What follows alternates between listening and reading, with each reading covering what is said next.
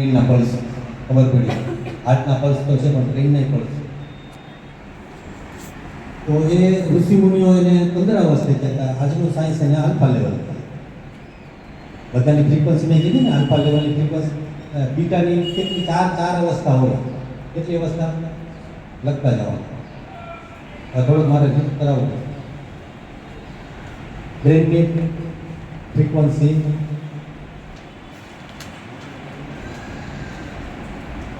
4 level. પેલું beta level, beta level જે છે ત્યારે બ્રેનના પલ્સ 14 થી ઉપર હાલતા હોય છે. હાર્ટના પલ્સ હોય ને, પલ્સ એટલે બ્રેનના પલ્સ હોય ટક ટક ટક, એ 14 બીટા લેવલમાં 14 થી ઉપર હાલતા હોય. પછી આલ્ફા લેવલમાં 14 થી 7 બ્રેનના પલ્સ ચાલતા હોય. આલ્ફા લેવલ 14 થી 7 બ્રેનના પલ્સ. પછી થીટા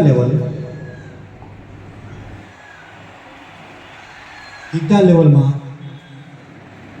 7 થી 4 નો રેશિયો બ્રેનના પલ્સ. 4 થી 7 થીટા લેવલ.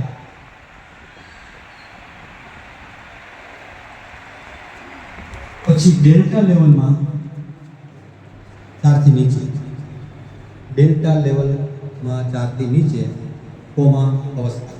આપણે કે ને આમાં વ્યક્તિ કોમા હોય, નીચે હોય કોમા. ક્લિયર?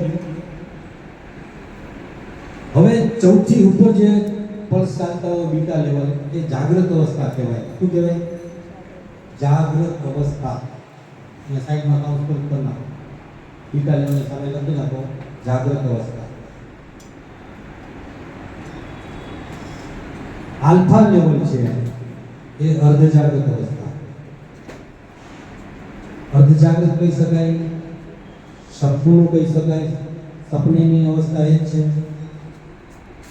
બહુ ડીપ આપણી નીંદર આવે તો સપને બને. સપનું આવે એટલે એનો અર્થ એવો કે આપણું બ્રેન જાગે છે, કારણ કે સવારે ઉઠી મગજનું મૂડ નથી. એ શું અર્ધજાગૃત અવસ્થા છે. તો આલ્ફા લેવલમાં જે આપણે અભ્યાસ કરીશું, જે આપણે સપનું જોઈશું, ભવિષ્યમાં આપણે જે બનવું છે એનું આપણે રીલ બનાવવાનું, એક એપિસોડ બનાવવાનો, એપિસોડ જેને જે બનવું છે. પછી એ પ્રેક્ટિસ આપણે રોજ કરવાની છે. ઘરે તમારે રોજ કરવાની, એકવાર હું કરાવીશ. એટલે તમારે જે બનવું છે તમે બની જાઓ.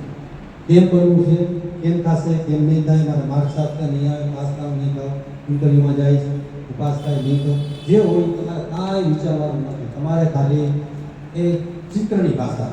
એપિસોડ એટલે શું થાય? પિક્ચર આપણે જોઈએ ચિત્રની ભાષા છે બરાબર યાદ રહી જાય. મગજ પિક્ચર યાદ રહી જશે.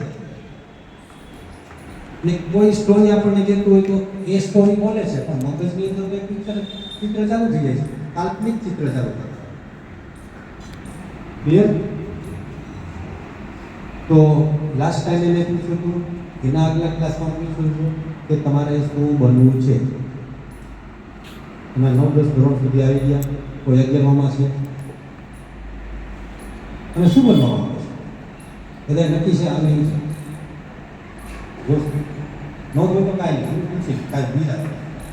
આપણે પહેલા સેશનમાં હતું, શું નક્કી કર્યું હતું? હજુ નક્કી નથી. નક્કી કરાવો.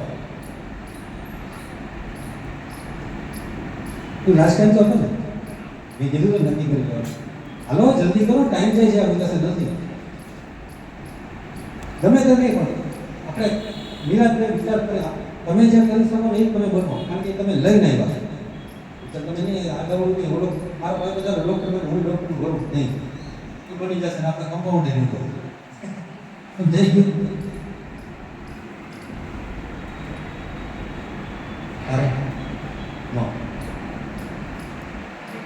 લો આપણે વાત કરી મારશું. પોલીસ. અચ્છા, જોશથી બોલો. બિઝનેસમેન. પછી નથી વેરી ગુડ. એટલે પોલીસ જ કે પછી કોન્સ્ટેબલ, પીએસઆઈ એવું કંઈ શકતું હતું એટલે લાસ્ટ ટાઈમ કીધું ને. હા, તમે એક નક્કી કરો ભાઈ મારે ઇન્સ્પેક્ટર જ કરવું છે, મારે પીએસઆઈ. તો એ રીતની જ આપણી આખી માઇન્ડ સેટ થશે ને માઇન્ડ એ રીતે કામ કરશે. એવા સંજોગો ઊભા કરશે. આપણે ડૉક્ટર હા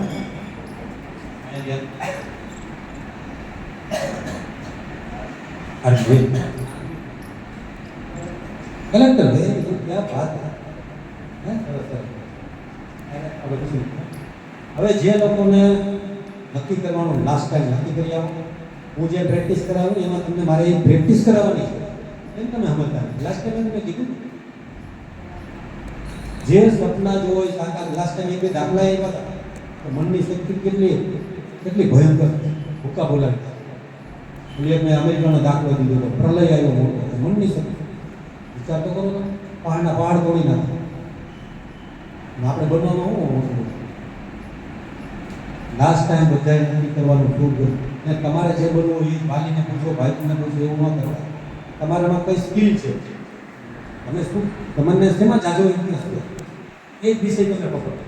કારણ કે 10 ધોરણ 12 ધોરણ પછી ત્યાંથી ઘણા બધા રસ્તા ખુલશે તમારે જે બનવું છે એના માટે.